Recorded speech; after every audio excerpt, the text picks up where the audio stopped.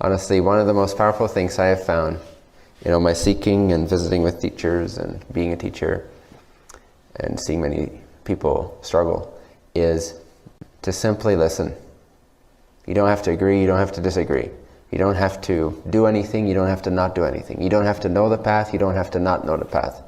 Just sit down, let it happen.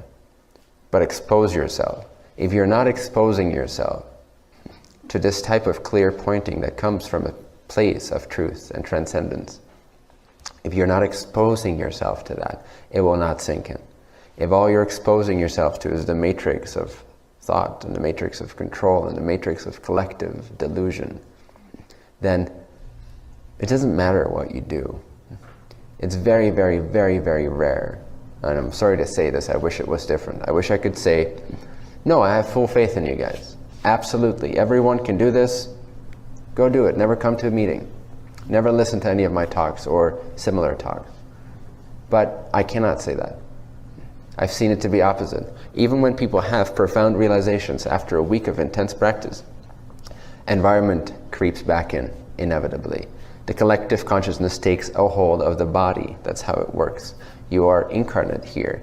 You need to fight this energy by deliberately, in a disciplined way, choosing who you wish to become, how you wish to think, and what you wish to practice, what you wish to realize and focus upon.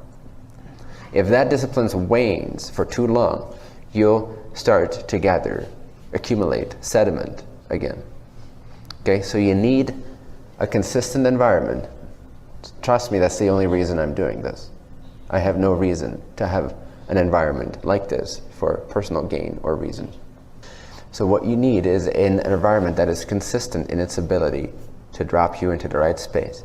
Do this frequently enough, frequently enough, frequently enough, frequently enough, and it will leave perforations in your consciousness that always allow you to seep through to deeper levels of truth, even while you're living your everyday life. So just trust me when I say that if you just expose yourself to this, that is enough. The work will come, the discipline will come, the choices, the definitive choices, the sacrifices that at first seem sacrificial, later on seem like the greatest gift to yourself. They will come naturally from your very own heart when we remove these layers over and over and over again. And again, the most effortless way for a seeker, for a mind, to achieve great, great leaps in this is to not try too hard at first, at least, until the path is super clear and it is intrinsically motivated and it's intrinsically clear, intrinsically guided. Until that point, expose yourself, expose yourself, expose yourself, marinate, inundate yourself with this material is the easiest way I've found to make great, great leaps, great transformations without really having to do anything. All you have to do is commit to the fact that you will expose yourself, whether you feel good or bad, whether you believe you can or not, whether you like the teaching or not. Listen to it. Listen to it. Just listen. Just let it happen. Something will happen. Sooner or later, the magic will drop in. And that's what we want.